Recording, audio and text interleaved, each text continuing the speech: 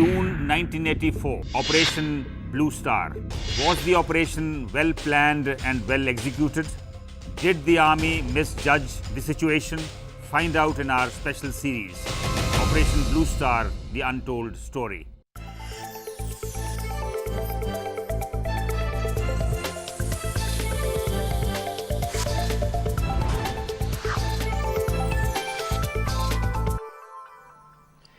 नमस्कार, prime debate में आपका स्वागत है। हम ग्लोबल पंजाब के नॉर्थ अमेरिका के दर्शकों का और संगत टीवी के यूके और यूरोप के दर्शकों का भी स्वागत करते हैं। भौतिक सुखों के पीछे भागते हुए इंसान नैतिक मूल्यों को पीछे छोड़ता जा रहा है। जिन माँ बाप के चरणों में स्वर्ग होने की बात कही जाती थी, आज वो माँ बाप उम्र के आखिरी पड़ाव में या तो वृद्धाश्रमों में जिंदगी के दिन गिनते दिख जाएंगे या फिर घर के किसी कोने में पड़े सूनी निगाहों से सहारा ढूंढते नजर आएंगे। आखिर क्यों उन्हें ताना सुनाया जाता है? अब तो आपका समय गुजर चुका है। उम्र के जिस पड़ाव में माँ बाप अपनी औलाद से सहारे की उम्मीद करते हैं, उसी पड़ाव में अगर वो वृद्धाश्रमों में रहने को मजबूर कर दिए जाएं या फिर घर में रहते हुए भी उपेक्षित महसूस करे, तो शिकवा किससे किया जाए? ऐसे ही बेटे से परेशान होकर एक पूर्व मुख्य न्यायाधीश ने पंजाब और हरियाणा हाई कोर्ट से मदद की गुहार लगाई है और बेटे पर मानसिक तौर पर प्रताड़ित करने और उनकी जिंदगी को नरक बनाने का आरोप लगाया है। बुजुर्गों को तिरस्कार से बचाने और उनकी हिफाजत के मकसद से केंद्र ने माता पिता और वरिष्ठ नागरिकों का भरण पोषण और कल्याण अधिनियम 2007 बनाया है। इस कानून के तहत उन वरिष्ठ नागरिकों और माता पिता की देखभाल की गारंटी का प्रावधान है जो खुद की कमाई या संपत्ति से जीवन यापन करने में असमर्थ हैं। परिजनों द्वारा देखभाल नहीं किए जाने पर बुजुर्ग अदालत का दरवाजा खटखटा सकते हैं। कानून के तहत वरिष्ठ नागरिकों के लिए ट्रिब्यूनल के गठन का प्रावधान है। अभिभावकों या आश्रित बुजुर्ग लोगों की देखभाल करने के बजाय यदि कोई व्यक्ति उन्हें त्याग देता है तो उसे 3 महीने की कैद या 5,000 रुपए जुर्माना अथवा दोनों दंड दिए जा सकते हैं। साथ ही इस कानून के तहत दोषी पाया गया व्यक्ति सजा के खिलाफ अपील भी दायर नहीं कर सकता। जिस समाज में माता पिता की सेवा को ईश्वर सेवा का दर्जा दिया गया हो, माँ बाप को देवता से ऊपर रखा गया हो, उस देश में माँ बाप की देखभाल के लिए कानून बनाना पड़ा। इन सब के बावजूद हमारे देश में वृद्धाश्रमों और यहाँ रहने आने वाले बुजुर्गों की तादाद लगातार बढ़ रही है। आखिर क्यों हमारे समाज में बुजुर्गों के साथ बुरा बर्ताव हो रहा है? क्यों वो उपेक्षित और अलग थलग महसूस कर रहे हैं? आज इसी विषय पर चर्चा करेंगे। हमारे साथ स्टूडियो में मौजूद हैं भावनेश्वर शर्मा, बुजुर्गों के लिए काम करने वाली संस्था हेल्पेज इंडिया के उत्तर भारत क्षेत्र के प्रधान हैं। पुनीत बाली वकील हैं, बुजुर्गों के साथ होने वाले बुरे बर्ताव के कई मामले अदालतों तक लेकर गए हैं। और साथ ही हमारे साथ गुरशरण कौर भी मौजूद हैं, काफ़ी साल अध्यापन में रही और अब वृद्धाश्रमों में जाकर वहाँ रह रहे बुजुर्गों के साथ वक्त बिताना पसंद करती हैं। पुनीत बाली जी, कितनी फीसदी लोग हैं अभी आप उत्तर भारत की अगर हम बात करें, पंजाब, हरियाणा, चंडीगढ़ में, कि वो कानून की मदद लेते हैं अगर उनके साथ उनके ही अपने बुरा बर्ताव कर रहे हों? देखिए, जहाँ तक कानून की मदद लेने का सवाल है, एक सोशल, आप समझें कि एक हिचक है जाने में, अपने बच्चों के खिलाफ शिकायत लगाने में, और एक सोशल डर है, एक सोशल डिग्रेडेशन है, एक सोशल फियर है कि हम अपने ही बच्चों की शिकायत एक फोरम में लगाएंगे, फिर उन्हीं बच्चों के साथ वापस घर में आने रहेंगे आके। हाँ। तो एक सोशल फियर है जिससे लोग बाहर नहीं आते। एक कुछ सोशल फैब्रिक हमारी सोसाइटी का ऐसा है, आप देखेंगे, आप यूएसए में, यूके में, जो डेवलप्ड कंट्रीज़ हैं, उसमें बच्चे जब 15-16 साल के हो जाते हैं, चाहे वो अमीर घर के हों चाहे वो गरीब घर के हों, तो माँ बाप उनको घर से बाहर भेजते हैं, वो अपना आशियाना खुद बनाते हैं। बिल्कुल। हमारे घर में जो फैमिली फैब्रिक और सोशल फैब्रिक है, उसमें बुजुर्ग, दादा दादी, माँ बाप और बच्चे, अक्सर ये पाया गया है एक ही फैमिली में रहते हैं। तो एक बहुत किसी के लिए बहुत मुश्किल है किसी फोरम में जाना और अपने घर की बात बाहर कहना, क्योंकि भावनात्मक रिश्ता जो जुड़ा होता है उससे परे हटकर आपको जाना पड़ता है। बिल्कुल, क्योंकि बेशक बच्चे गलत कर रहे हैं, लेकिन जो हमारा समाज है उसमें माँ बाप बहुत, मुझे लगता है उन्हें सोचना पड़ता होगा कि क्या हम जा सकते हैं कानून तक। देखिए, कानून पे जाने की बात तो बाद में आती है। सबसे पहली बात है कि आपके अपने सोशल सर्कल में आपकी एक वैल्यू बनी होती है, आपकी फैमिली की वैल्यू बनी होती है कि बहुत अच्छा कि सुखी बहुत परिवार अच्छा है, चल रहा है। अंदर चाहे कुछ भी चल रहा हो। आप अपने बच्चों के बारे में हमेशा सबको कहेंगे कि देखिए मेरे बच्चे मेरा कितना लुक आफ्टर करते हैं, हमारी कितनी सेवा करते हैं, और हमारा एक जो घर परिवार है एक एग्जाम्पल है लोगों के लिए। उससे बाहर आना सबसे पहला, सबसे जो मैंने देखा, जो मैंने एक्सपीरियंस किया, ये बोलना कि हम तंग हैं, हाँ। हम परेशानी में हैं और अपने ही बच्चों से परेशानी में हैं, ये बोलना भी एक बहुत कठिन बात है। बहुत हिम्मत चाहिए, बहुत इसके हिम्मत लिए। चाहिए। भावनेश्वर शर्मा जी हमारे साथ है, उनसे पूछते हैं, क्योंकि बुजुर्गों के साथ आप काम कर रहे हैं। भावनेश्वर जी, जिस तरह से पुनीत कह रहे हैं कि बहुत मुश्किल होता है एक बुजुर्ग माँ बाप के लिए अपने ही बच्चों के खिलाफ जाना। एक तो ये शायद ये सोचते होंगे कि अब कितनी उम्र रह गई है, जो भी हम निकाल लेते हैं, क्या ये सोच रहती है? एक्चुअली जैसा इन्होंने बाली साहब ने कहा कि भावना तो रिश्ता तो है, वो मतलब it matters quite a lot in this relationship. तो यही एक उनके हमेशा मतलब दिमाग में यही रहता है कि मतलब बात करेंगे तो अपने घर की मतलब यू नो दैट एक इज्जत मतलब उछालने वाली बात है सोसाइटी में, जो कि मतलब गलत है। मैं तो ये कहूँगा कि सर हम गलत है, ये इसको मतलब नहीं दबाना चाहिए, खुल के इसके बारे में बात करनी चाहिए। हाँ, बात करने बात से शायद करने समस्या से का हल ही निकल सकता कोई ना है। कोई हल निकलेगा। अभी मतलब आप देखिए, कोई अगर छोटा सा केस मतलब सोसाइटी में हाईलाइट हो जाए जी, तो मीडिया उसको कितना पॉजिटिव वे में हाईलाइट करते हैं, एक समाज उस मुद्दे के साथ जुड़ जाता है। और मेरे ख्याल से इससे ये भी फर्क पड़ता होगा कि जो दूसरे बुरा बर्ताव कर रहे हैं कि हमारे साथ हमारा भी नाम सामने आ सकता है, उन्हें भी क्योंकि समाज का डर है। बिल्कुल, मैं इसीलिए कह रहा हूं कि इसके बारे में चुप रहने से ये मुद्दा मतलब खत्म नहीं होगा। डे बाय डे ये मतलब केसेस बढ़ते जाएंगे। आप जिन बुजुर्गों को देख रहे हैं, उनमें से कितनों को पता है कि एक ऐसा कानून है जिसकी शरण आप ले सकते हैं, आप अदालत तक जा सकते हैं? अगर हम अर्बन एल्डरली मतलब सीनियर सिटीजन्स की बात करें तो उन लोगों को अवेयरनेस लेवल उनका रीजनेबल है, इस कानून की जानकारी है जी। लेकिन अगर हम रूरल इंडिया की बात करें, ग्रामीण क्षेत्रों में जो सीनियर सिटीजन्स हमारे मतलब जो बुजुर्ग अब ज़्यादा 73% से ज़्यादा जो आबादी है वो तो हमारे गांव में रहते हैं, वो लोग, उन लोगों को जागरूक करने की बहुत ज़्यादा जरूरत जो है इसके बारे में। वृद्धाश्रमों में रह रहे हैं जी, उनकी क्या स्थिति है? वृद्धाश्रम में अब उनकी मतलब अब थोड़ी सी डिफरेंट प्रॉब्लम्स हैं उनकी, मतलब दूसरी जो the ones who are living with the families. कुछ लोग ऐसे भी उसमें होते होंगे जो संपत्ति से बाहर कर दिए गए, क्या वो अब कानून की शरण लेकर संपत्ति पाना चाहते हैं, अपने बच्चों से अपने अधिकार मांगना चाहते हैं? प्रॉपर्टी, देखिए प्रॉपर्टी एक बहुत बड़ा फैक्टर है इस मतलब एब्यूज के केसेस की अगर बात करें तो फाइनेंशियल मैटर और प्रॉपर्टीज का काफ़ी केसेस है जी। हमारे पास। जैसे हेल्पलाइन में कई बार ऐसे केसेस आते हैं कि सिर्फ प्रॉपर्टी एक मेन कारण होता है मतलब इस अब्यूज़ का। अब उनकी नेक्स्ट जनरेशन, यंगर जनरेशन, उनके बच्चे भी मतलब जैसे हैं वो यही चाहते हैं कि प्रॉपर्टी इमीडिएटली कब हमारे नाम पे हो जाए।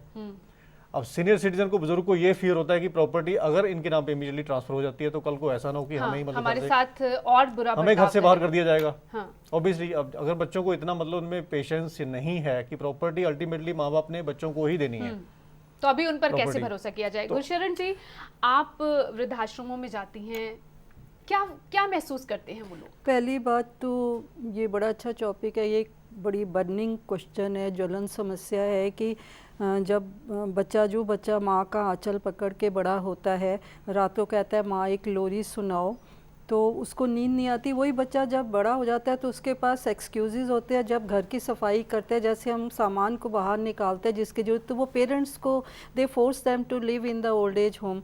तो ये क्यों मानसिकता आई है बच्चों में, ये समझना बहुत प्रॉब्लम है और ये बढ़ती जा रही है समस्या। उसके बाद एक बात और है कि वो पेरेंट्स जो इतना उत्सर्ग करते हैं बच्चों के लिए, जीवन पर्यंत अपनी सुख सुविधाओं को छोड़ के, वो पेरेंट्स वही बच्चे, उनकी जिंदगी का लक्ष्य एक हाँ। होता है जब वो युवा होते हैं कि अपने बच्चों को बड़ा करें, अच्छी जिंदगी अच्छा, आपने एक मेरे इनसे पहले क्वेश्चन किया था कि कुछ लोगों को पता है तो इन्होंने कहा कि आगे आना चाहिए। मैं नाम नहीं लूँगी क्योंकि हमारे आसपास के दायरे में एक लेडी थी और बहुत बुरा बर्ताव किया जाता था। अब उनकी डेथ हो गई है। आप सोचिए, अच्छा भला घर होने के बावजूद भी उनको एक कमरे में बाहर टीन जैसा कमरा जिसमें कि पलंग के सिवा कोई बैठ नहीं सकता, तो किसी ने कहा कि ये एनजीओज़ हैं, उनको भेजा उनके घर में। तो वो औरत इतना डर गई, उन्होंने आके पूछा कि क्या आपकी बहू आपके साथ बुरा व्यवहार कहते हैं? नहीं, मेरे साथ बहुत अच्छा करती है, क्योंकि उनको लगा कि अभी इसने मेरा सामान सड़क पे फेंक देना है। ये उनको फियर रहता है कि मैं कुछ कर सकूं। और बाकी जहाँ तक मैं जाती रही हूँ, मैं रिटायरमेंट के बाद रेगुलर विजिटर रही हूँ सीनियर सिटीजन होम 43 की और ओल्ड एज होम 15 की।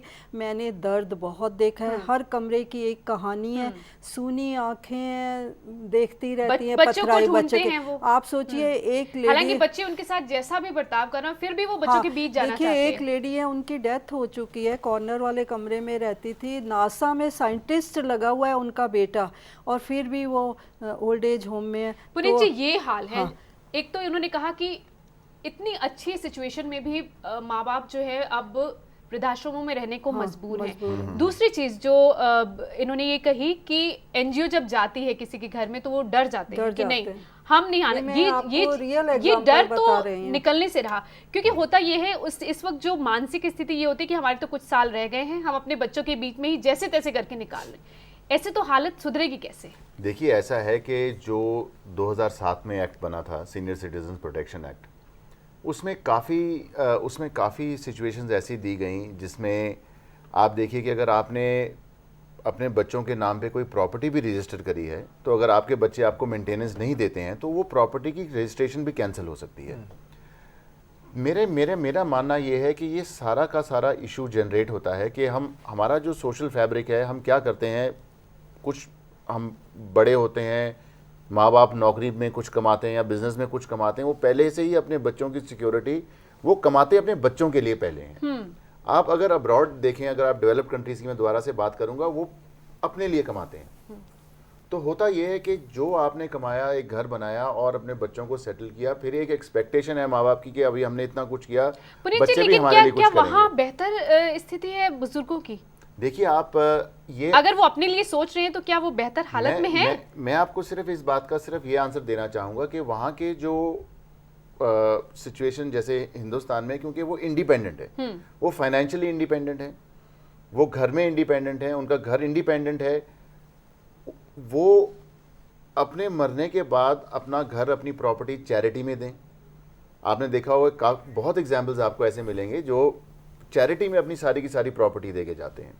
तो वो अपनी प्रॉपर्टी चाहे चैरिटी में दें या कहीं जाएं, यानी वो स्वतंत्र है कुछ भी करने को। या हमारे यहाँ प्रॉब्लम क्या है कि हमारे जो बुजुर्ग लोग हैं उन्होंने अपने बच्चों पे इतना पैसा खर्च कर दिया और ये रियलाइज नहीं किया कि जब उनकी ओल्ड एज आएगी तो वो क्या फाइनेंशियली डिपेंडेंट है किसी पे कि नहीं है। पुनीत जी आपके हिसाब से कानून तो हैं, हम भी मान रहे हैं, लेकिन जैसे भावनेश्वर जी भी कह रहे हैं कि बहुत, और जैसे गुरशरण जी ने भी कहा कि बहुत कम लोग होते हैं जो इतनी हिम्मत कर पाते हैं कि अदालतों तक जाए। फिर क्या सोल्यूशन है? सोल्यूशन ये है कि देखिए अभी हम बहुत एम्फेसिस करते हैं, जैसे एक एग्जांपल देता हूँ आपको, चाइल्ड अब्यूज़ पे जी, various type of child abuse. तो हम एक एजुकेशन देते हैं कि कोई भी बच्चे के साथ कोई बदसलूकी हो, चाहे स्कूल में हो, चाहे कोई स्मॉल एज, कोई यंगर एज की लड़की है उसके साथ कोई बदतमीजी हो, तो इमीडिएटली वो माँ बाप को या किसी को रिपोर्ट करे। मेरे हिसाब से छोटे बच्चों में और बड़े माँ बाप में कोई ज़्यादा फर्क नहीं है, दोनों डिपेंडेंट है, बिल्कुल, दोनों को रक्षा की ज़रूरत है। हाँ, वो कहते भी है कि बड़े बूढ़े जो होते हैं वो बच्चों जैसे ही हो जाते हैं। अब देखिए यहाँ पर क्या इशू है, यहाँ पर जो इशू सबसे इम्पोर्टेंट ये है कि हमारे देश में अनफॉर्चुनेटली हम बहुत लेजिस्लेशंस और बहुत गुडविल से अच्छा कानून लेके आते हैं, अमल में लेकिन लाया नहीं जा पाता। इम्प्लीमेंटेशन बिल्कुल जीरो है।